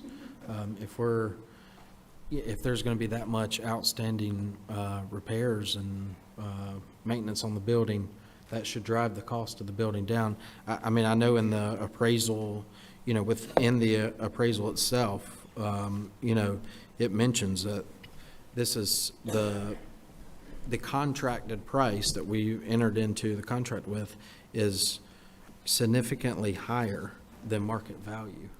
I mean, that's stated in the appraisal. So do you feel that this is the best use of our tax dollars to purchase this building? I do feel that this is the best option that we have. Yes, sir. Okay. All right. Well, I respectfully disagree with that. That's fine. I absolutely do not feel that, and before we even got the appraisal, we were looking, I did not feel that we should be offering $42 million whenever the tax value was under 24 million, it was around 23 million. So just initially, based upon that number, I felt that, it is not a good deal for the taxpayer to then purchase it for almost double and then have to put in another $20 million. So I don't feel this is the best use of taxpayer dollars. However, our agenda item is to approve this contract to build a behavioral health center, the third leg of this contract, to build a behavioral health center on that property that we do not own. So it seems like we would make certain, obviously, we've been around this several times, but whenever you guys approach the LGC board and ask for approval to get financing on this building, and they didn't take any action, I'm not sure how they're going to be persuaded to take action on it the next time you return. And it seems like we would try to get that piece worked out before we commit taxpayer dollars to building a facility on a piece of property that we do not own. That is putting the cart before the horse, most certainly, by approving a contract for construction of a new building on property we don't own. I mean, we could very well, if this gets approved, if this board passes this third leg of this contract, we could be getting ourselves into a situation to have all of this approved, and then we still don't even have the property to build it. And it just seems backwards to me. Who wants to go? I can go. And Kelly might be able to answer this, or Mike. How long have we been at the Kmart building that we don't own? And how much money have we spent? Well, how long have we been at Kmart? Since we signed the initial contract in December of 1996. 1996. And how much money have we spent on renovations and repairs on a building that we don't owe total since 1996? I do not have those numbers. We can get those for you, but we've been paying rent and doing the majority of the repairs since 1996. And the purpose of that original building is because at that time, that was the size we needed, and that is the segment of the population that currently used that the most, correct? Correct. Has that segment changed lately? We have had some heat maps done, and the population has, we're getting more needs from the Concord area and more south than in the past. In the past, it was more in the Kannapolis area. Because we went today out there and walked it. That building is in horrific shape. There's buckets with hoses coming from the ceiling to collect the water that's draining from it.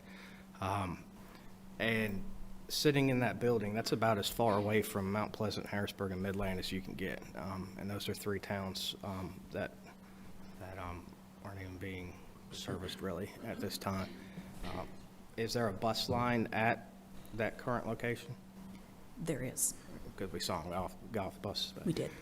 What are the parameters when we were looking for this property, for this ACN building? What were the parameters? Did it have to be at a bus line?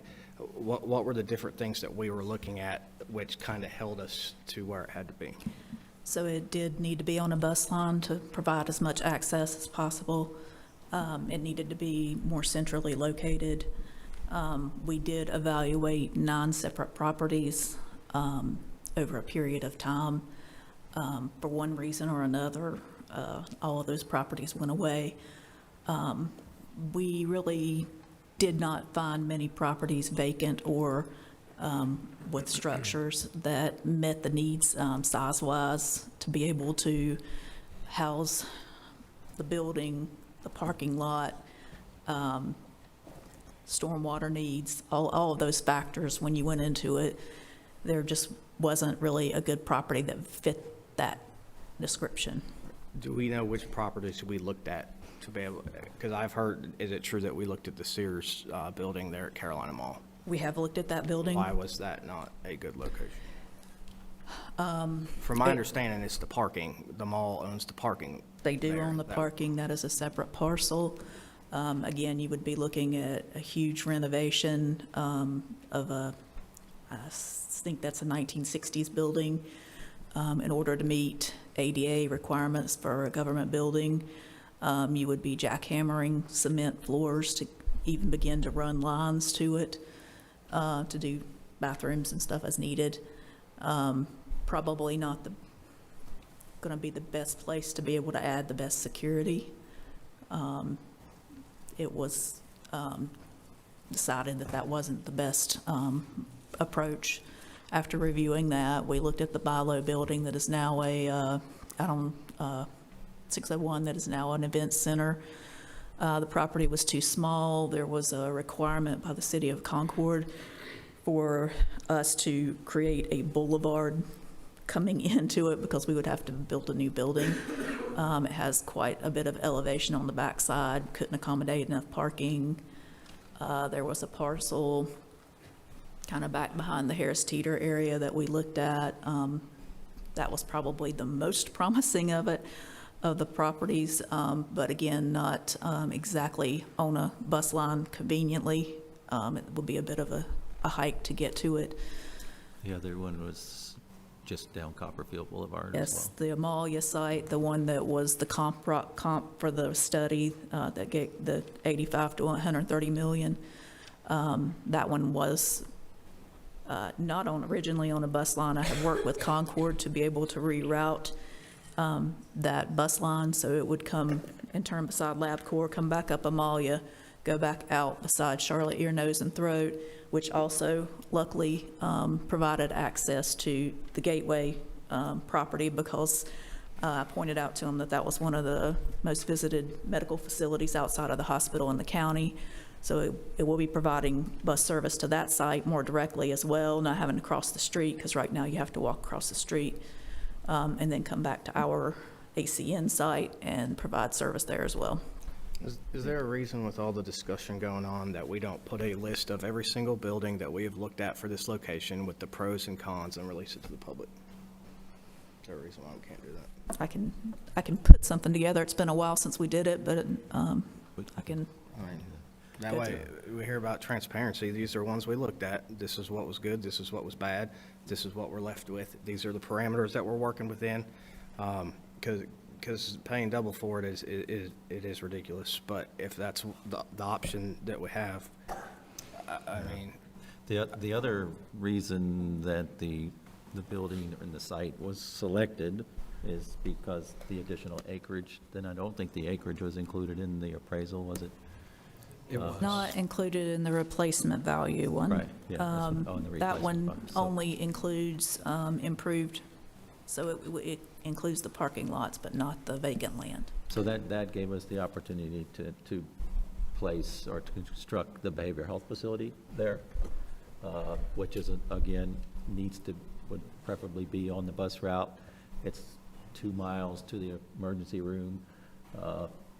Actually, this board provided funding to Atrium to build that second emergency room for behavioral health patients only, to separate those populations. So it made it another opportunity to keep it close to Atrium, and again on the bus route, and there was plenty of land to build it on the site, therefore bringing more human services activities to the one site.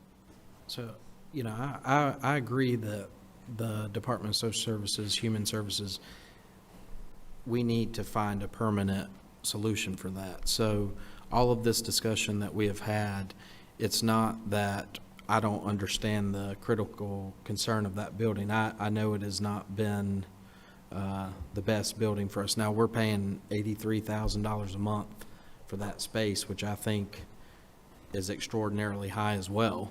And I'm not sure how we got into that amount.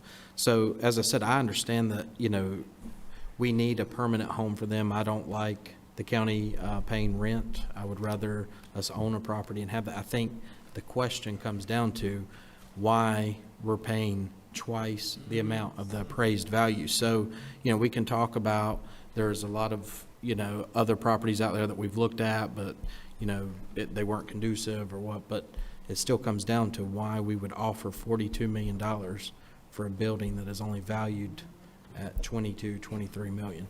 And then knowing that we're going to have to put an additional 20 million into that, that's the question. Why would we be doing that? So. Commissioner Shue. I did want to make a few comments since I've been around so long and been involved in this. We started talking about replacement or something for the DSS, And at the time, and Mike, you'll remember, and Steve, you'll remember, because you were here, whenever we were looking at locations and the ACN building was brought up, if you'll remember, I was very adamantly against that. For one reason, I said, man, that's a Taj Mahal down there, and we don't need that for a county building. That was my initial thoughts.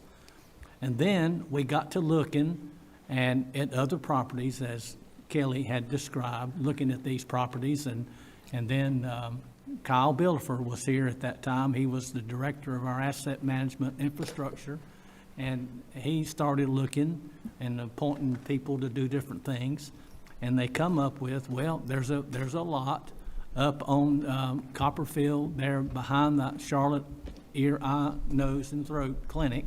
It's back on that secondary road back there, parallel to Copperfield Boulevard. It was easy access to the hospital, there at the gateway, there on the bus line. It was close in. It brought the people from Midland closer to Human Services, Harrisburg, everybody. It was a more mutual place.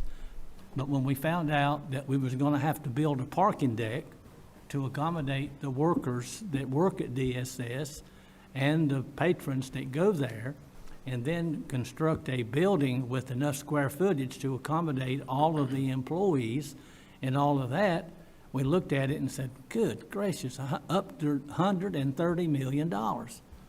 We said, wow, I want you to follow my train of thought. We're looking at $130 million for a parking deck and a DSS replacement building. And then, all of a sudden, the ACN building, they were asking $48 million for it. And it got to be a little bit more attractive because it was, just quite a bit less than half what we were going to pay. But we would have the square footage. We'd have two auxiliary buildings there that we could either use ourselves or lease out. And we got several acres of unused land that we could build on if we wanted to. And so it became quite a bit more attractive to me. And I just wanted you to follow my train of thought. And I felt like, just like in my own situation personally, when me and Patty bought our house in 1986, we paid considerably more for the house than it was worth, we thought, but we wanted it, and so we bought it. And the same thing with the county here. This building fits the needs of the county, and in my opinion, it's the best thing for us to do to save the taxpayers $50–60 million.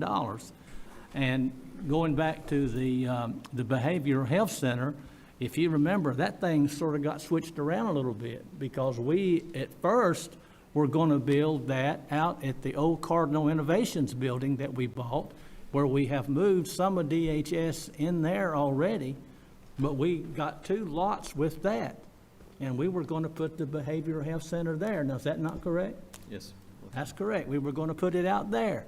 But then comes along the ACN building with extra acreage there, closer to the hospital, closer to all the things that we need to help the citizens get around better and not have to travel all the way out to Kannapolis Boulevard out there for DHS or to the Kmart building.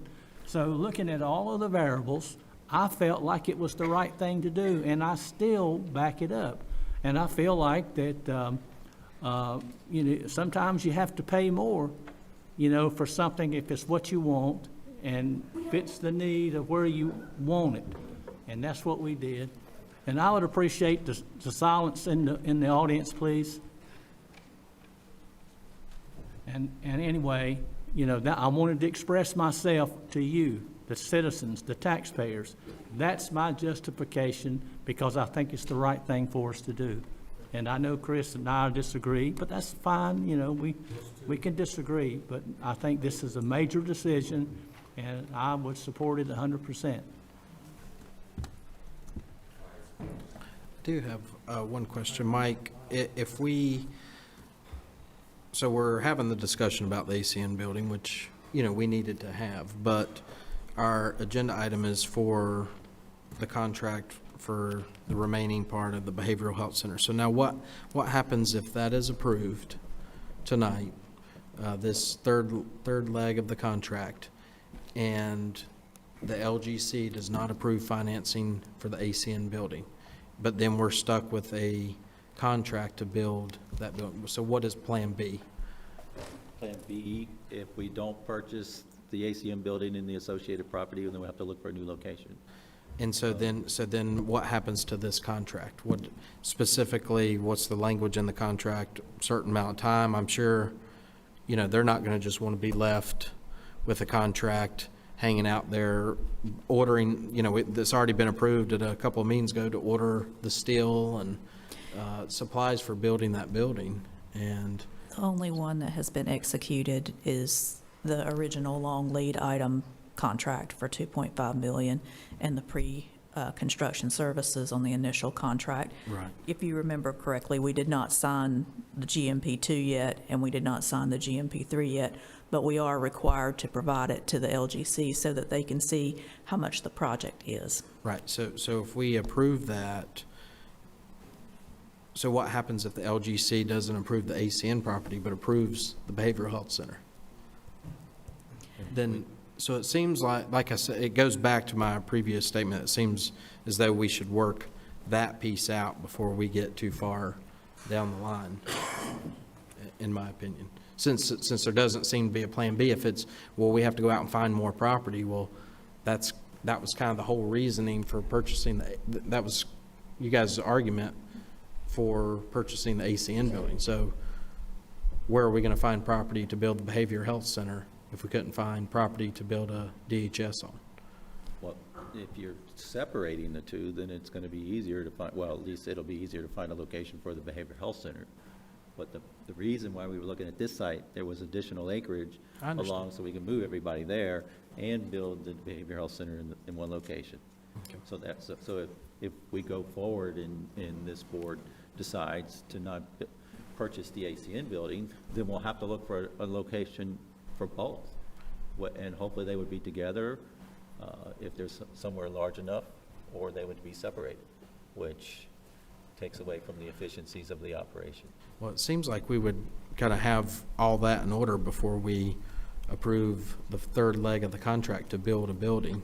It seems like we would own, I mean, it's just if I was going to build a house, you know, I'm not going to go out and, you know, sign contracts to build a house and not have the property to build it on.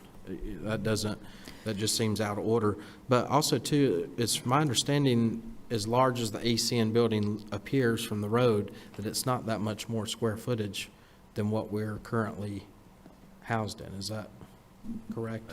You get the square foot, I don't know the square footage. It is, It's not, there's 3 buildings on site. One is the tall building, and then there's 2 smaller buildings. We can move one child welfare, would be proposed to move into the single-story buildings on the side, just simply because of the access, the bus route, again, the bus stop, but the access in and out of the building, but there's also courtyards in there that we can use for their meeting area, their congregation with their parents or their family members as well. So it lends itself very well to that operation itself. But as far as the square footage, it's not, doesn't seem to be any more than what we're currently in. Again, I don't know. I'm not sure exactly what the Kmart is, but we do have some staff that have been moved to Milestone, so we don't need, a huge building, and we obviously don't want to overbuild I mean, you obviously got to plan somewhat for the future, but, there could be other uses that could be combined into that building to free up space here. As downtown space becomes more valuable and harder parking here, there may be some other uses here that could work better, and we may be able to eliminate some of the smaller leases that we have around town. Okay. And so another question I would have is, we were told to construct a new building could be upwards of $130 million. And for instance, like our Brown McAllister, we spent $8 million on that. So how can we, that's a very big building. So how can that be 48 million where a DHS building is going to be around 130? It seems like that was an overinflated number, I would say. Because Parking I would decks, imagine a drawing. building the size of R. Brown McAllister would certainly be conducive to a DHS building. Parking deck drives some of that pricing. But that was for the one property. Yeah, for that property. And that was the only one that the study was done on because that was the one we were looking at most closely. So, And I remember when I was first on this board, there was, at that point, there was a discussion about a replacement building at that time. And Mike, you were here, so I'm sure you understand that in the Health Alliance, none of us, well, it happened right before I came on the board. The Health Alliance was built in Kannapolis on the county line. And so folks from Midland, and I was against that at that time because folks from Midland, Mount Pleasant are having to travel all the way to the Rowan County line.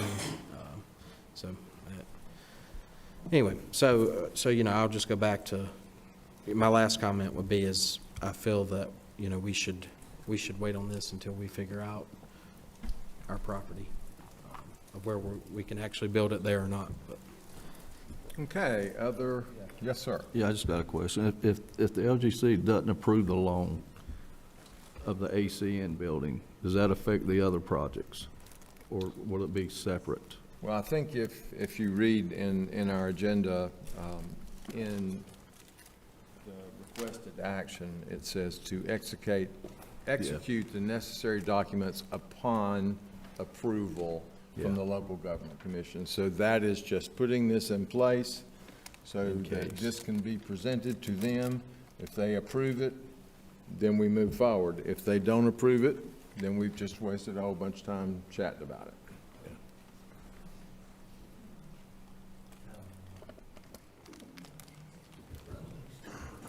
Okay, so and I'll try not to repeat a lot of what's said because, we've talked about the Kmart building, the situation we're dealing with there. We've talked about the 9 different sites around Cabarrus that we've looked at and what our findings were there.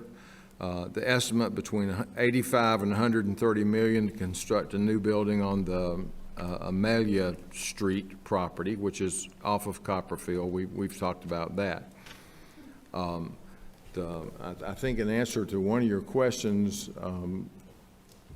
42 million or whatever R. Brown McAllister School was, is a significantly different structure than an office building. I mean, you might build rooms to accommodate 20 or 30 students, where in an office building, you're building rooms to accommodate 1 or 2 people, because particularly with the privacy concerns with what goes on at Human Services. But at any rate, we've talked a lot about the appraisal. The things that come home to me on that, the asking price for the ACN complex was around 50 million when we started. You mentioned 48 earlier, so I know it was in that range. County staff and consultants negotiated the price down to 42 million in May of 2023. In February of 2024, the county contracted with Integra Realty Resources to perform an appraisal on the ACN property. That appraisal resulted in a market value of $21.4 million for the structures and $2.4 million for the land. A subsequent review of that appraisal led to concerns, including there are no truly comparable buildings that exist in Cabarrus County to that building. That's the only Class A office building that we have in the county. Many of the properties that were used as the comparisons or the comps that you can see in that appraisal were in smaller, less populated areas.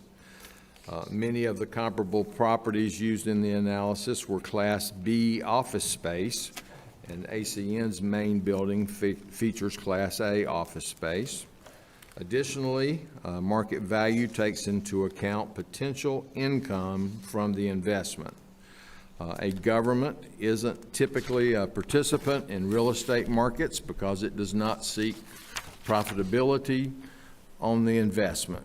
Under the Uniform Appraisal Standard Statute, General Statute 105-283, government is excluded for general considerations of market value because it is not a typical buyer. To get a more accurate value determination for a government organization that would occupy the purchased space, the county commissioned a replacement cost analysis on the property. We've talked about that. This method considered the original plan to build a new structure. In March of 2024, Cabarrus once again contracted with Integra Realty Resources, the same appraisal, to perform the analysis. The resulting replacement value was $54 million.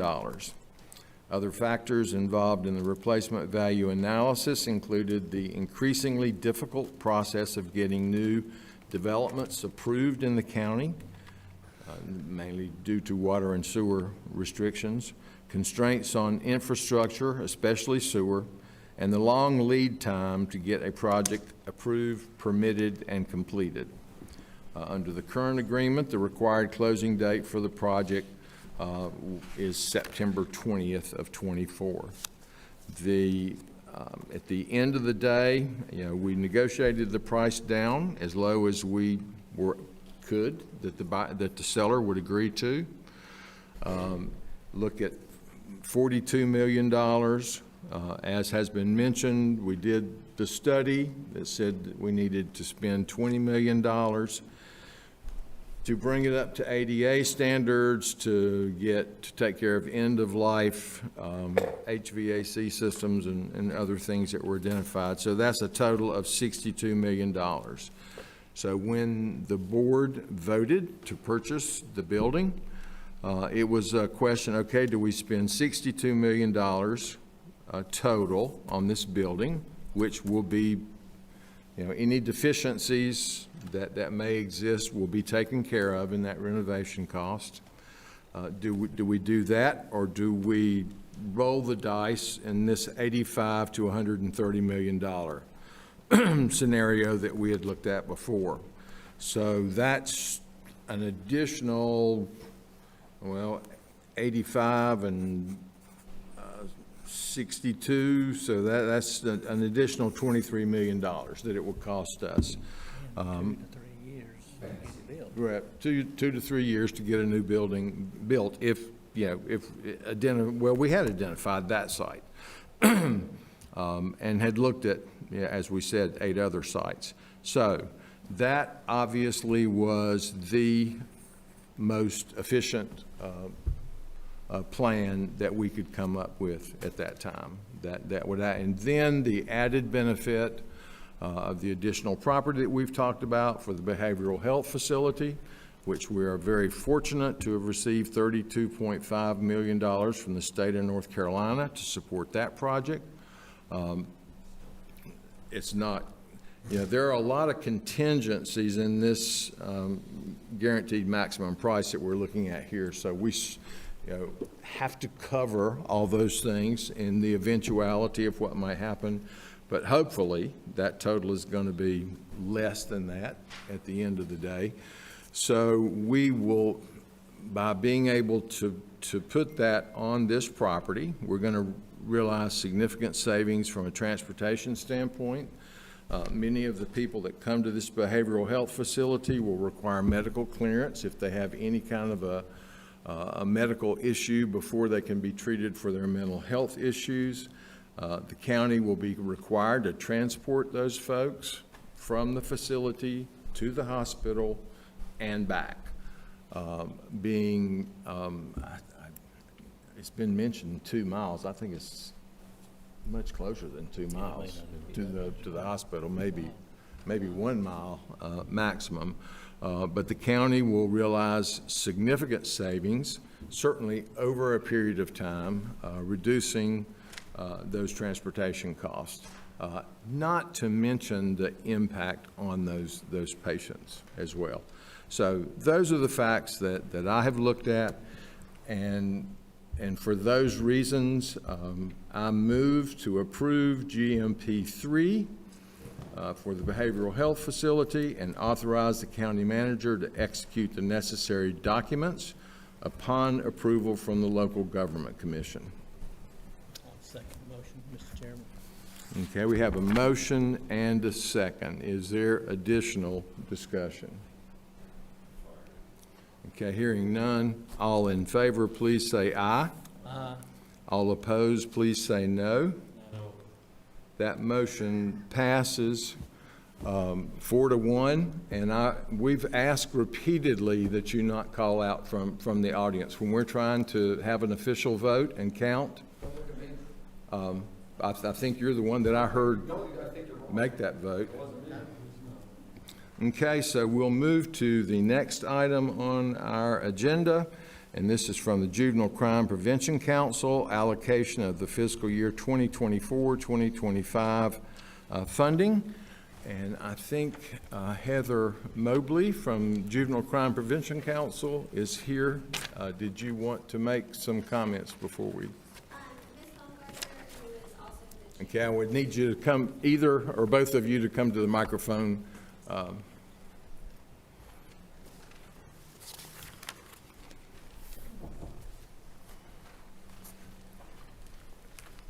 We are both here if you have any questions as to the funding.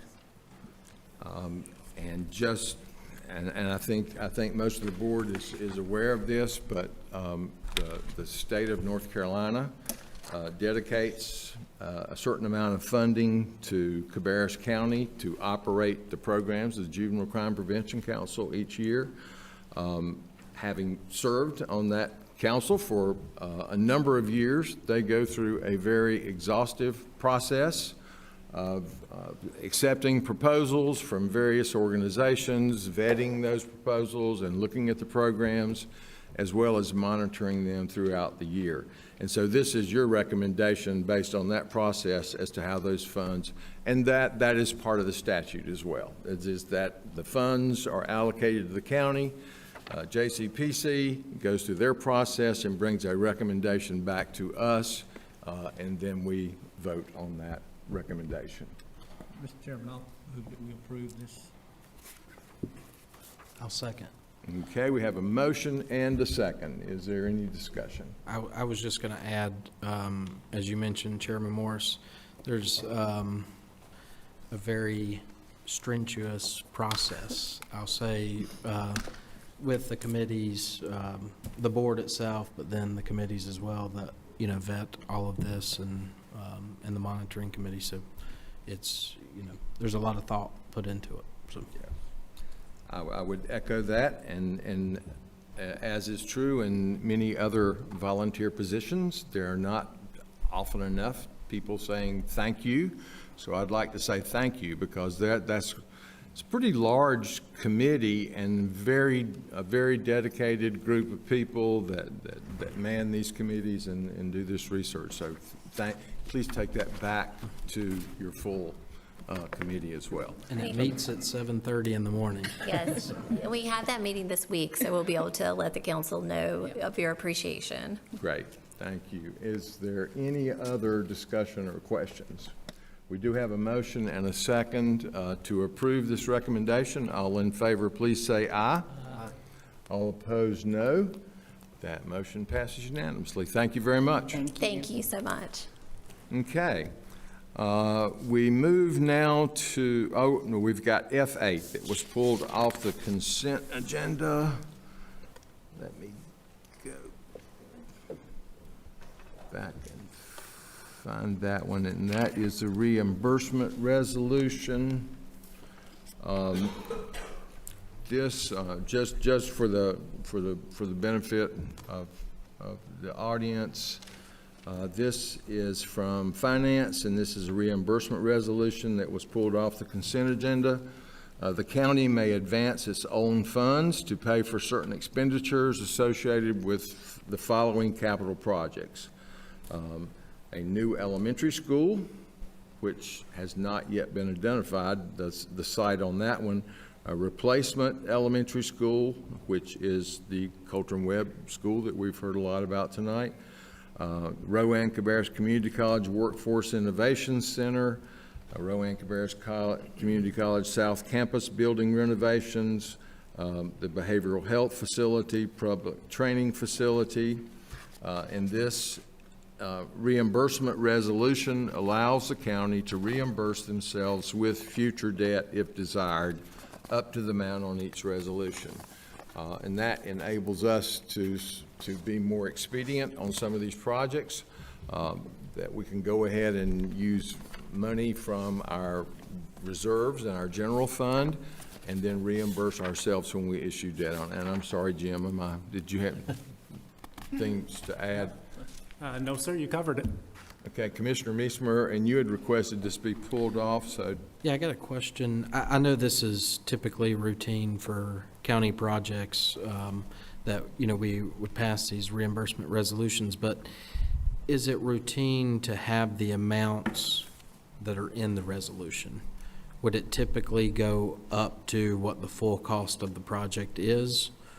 Or typically with these reimbursement resolutions, it's a smaller amount because, yes, certainly we have to go out and survey property or do some of the legwork for the projects, but that is not the full cost, of the project. So in the past, these, that's where I wanted to ask, these resolutions, is it typically up to the full amount of the project cost? Yeah, as far as I know, yes. Has always It's to been the that full way. amount, yep. Okay.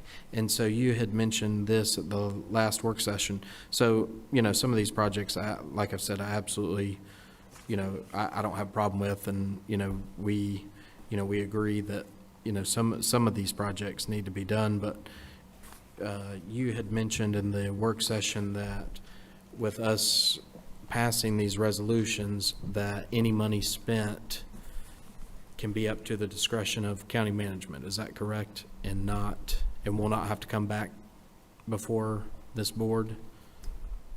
Are you talking about money spent before we have the financing? Money that Yes. we can spend now? Yes. Yes. Okay. And so so for instance, let's say the training center says, up to $35 million. So theoretically, county management can spend up to $35 million without. Well, I guess if they did it in small enough amounts, but if there's a large contract, that would have to come in front of the board to be approved. And so what's the small amount threshold, just so I'm aware of that? I think 90,000 is what, Okay, so anything over 90,000 will have to come back for approval. Okay.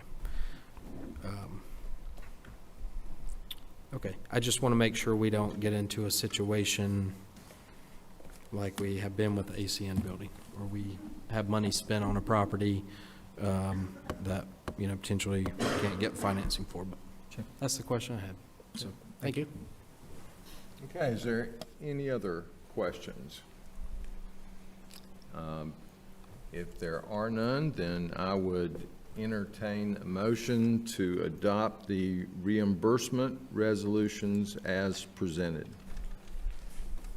Move for approval, Mr. Chairman. Second. Okay, we have a motion and a second. Is there further discussion? Okay, hearing none, all in favor, please say aye. Aye. All opposed, please say no.